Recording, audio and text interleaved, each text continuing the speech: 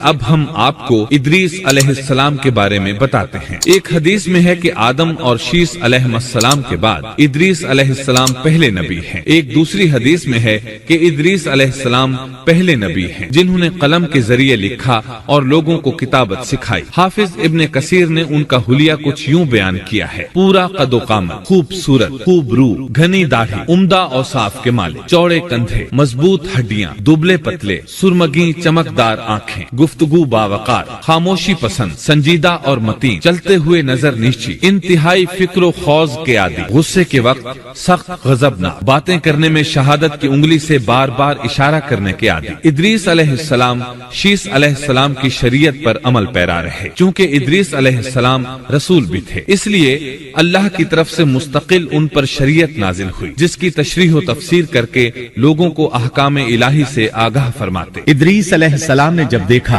کہ مفسدین ایمان والوں پر ظلم و زیادتی کر رہے ہیں، ان کا فساد بڑھتا جا رہا ہے اور سمجھانے کے باوجود یہ لوگ باز نہیں آ رہے، تو انہوں نے اپنے پیروکاروں کو جہاد کا حکم دیا۔ ادریس علیہ السلام پہلے شخص ہیں جنہوں نے اللہ کے راستے میں جہاد کیا، غنیمتیں حاصل کی اور دشمنوں کو قیدی بنایا، لیکن غنیمتیں اور قیدی ان کے لیے حلال نہیں تھے۔ رسول اللہ صلی اللہ علیہ وسلم پہلے رسول ہیں جن کے لیے غنیمتیں حلال کی گئیں، لیکن یہ بات یقینی ہے کہ جہاد سب سے پہلے ادریس علیہ السلام نے کیا۔ انہوں نے جہاد کے لیے سب سے پہلے ایک لشکر تیار کیا، پھر اس لشکر کو دو حصوں میں تقسیم کیا۔ ایک حصہ پیادوں پر مشتمل تھا، دوسرا سواروں پر۔ چنانچہ بھرپور تیاری کے بعد ادریس علیہ السلام نے قابیل کی قوم پر چڑھائی کر دی۔ حق و باطل کے درمیان زبردست مارکے ہوئے، آخرکار ادریس علیہ السلام نے انہیں گھٹنے ٹیکنے پر مجبور کر دیا، ان کا بہت سا مال و اسباب لوٹ لیا اور لوگوں کو قیدی بنا لیا۔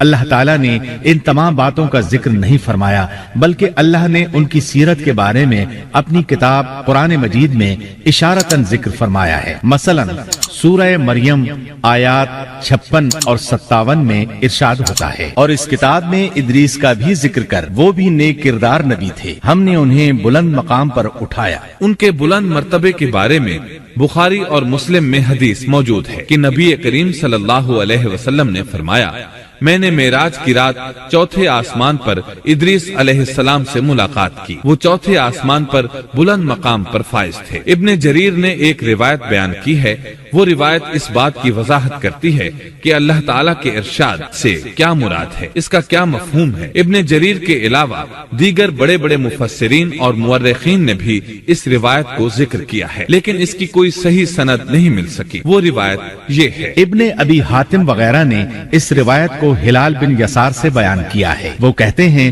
میری موجودگی میں ابن عباس رضی اللہ عنہما نے کعب رحمت اللہ علیہ سے پوچھا: کعب، ادریس علیہ السلام کے متعلق اللہ تعالیٰ کے اس قول ہم نے انہیں بلند مقام پر اٹھا لیا کا کیا مطلب ہے؟ تو کعب رحمت اللہ علیہ نے جواب دیا: اللہ تعالیٰ نے ادریس علیہ السلام پر ایک مرتبہ یہ وحی نازل فرمائی: اے ادریس، تمام اہل دنیا جس قدر روزانہ نیک عمل کریں گے ان سب کے برابر میں تجھے ہر دن اجر دوں گا۔ ادریس علیہ السلام نے یہ سنا تو انہیں خواہش محسوس ہوئی کہ میرے اعمال میں روز افزوں اضافہ ہو، اس لیے عمر کا حصہ طویل ہو جائے تو اچھا ہے۔ انہوں نے وحی الہی اور اپنے اس خیال کو ایک رفیق فرشتے پر ظاہر کر کے کہا: اس معاملے میں موت کے فرشتے سے گفتگو کرو تاکہ میں نیک اعمال کا زیادہ سے زیادہ وقت حاصل کر سکوں۔ اس فرشتے نے جب یہ سنا تو ادریس علیہ السلام کو اپنے بازوؤں پر بٹھا کر لے اڑا۔ جب یہ چوتھے آسمان سے گزر رہے تھے تو موت کا فرشتہ زمین پر آنے کے لیے اتر رہا تھا، وہیں دونوں کی ملاقات ہو گئی۔ دوست فرشتے نے موت کے فرشتے سے